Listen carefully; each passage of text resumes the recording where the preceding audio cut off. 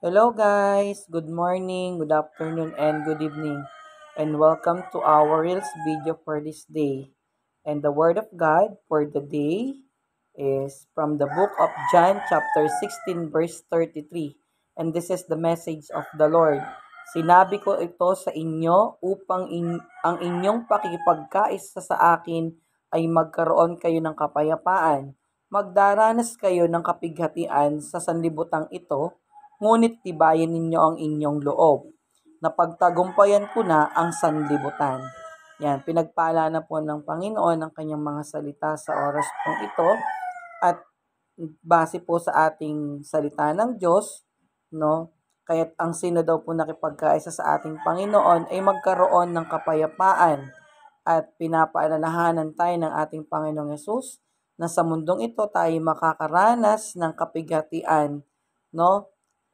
Or pagdurusa. Kaya naman kailangan nating tibayan ng ating mga loob, no? Tibayan natin, magpakatatag tayo.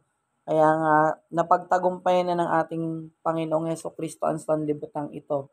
Ngayon, sa kabila ng mga suffering na ating nararanasan, may tatlong bagay tayo na matatanggap kapag tayo dumaranas ng pagsubok. Una, para tayo ay mapalakas. Pangalawa, no, para tayo paalalahanan na kailangan natin ng Diyos. Pangatlo, no, binibigyan niya tayo ng gantimpala sa kabila ng mga pagsubok na ating nararanasan. Kaya naman dapat natin laging alalahanin yung tatlong bagay na iyon, no? Pag tayo nakakaranas ng suffering sa ating mga buhay, number one, pinapalalakas tayo ng ating Panginoon. No, pinapalakas niya yung physical natin, pinapalakas niya yung ating emotional, yung bawat aspeto ng buhay natin ay pinapalakas niya, no? Lalong-lalo na ang ating pananampalataya. At pangalawa, tayo ay pinapaalalahanan na kailangan natin ang Diyos sa ating araw-araw na pamumuhay. Without God, we can do nothing. Kaya nga, lagi dapat nating i-acknowledge ang presensya ng Panginoon no matter what.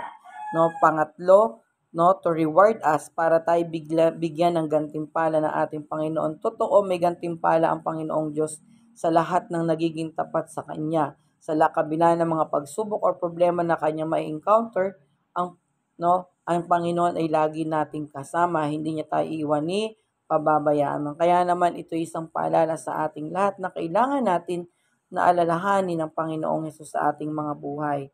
Tanggapin talaga natin siya bilang Panginoon natin at sariling tagapagligtas dahil wala naman talagang makapupunta sa ating Ama kundi sa pamamagitan niya. Amen. Nawa kayo napagpala sa salita ng Diyos sa oras na ito.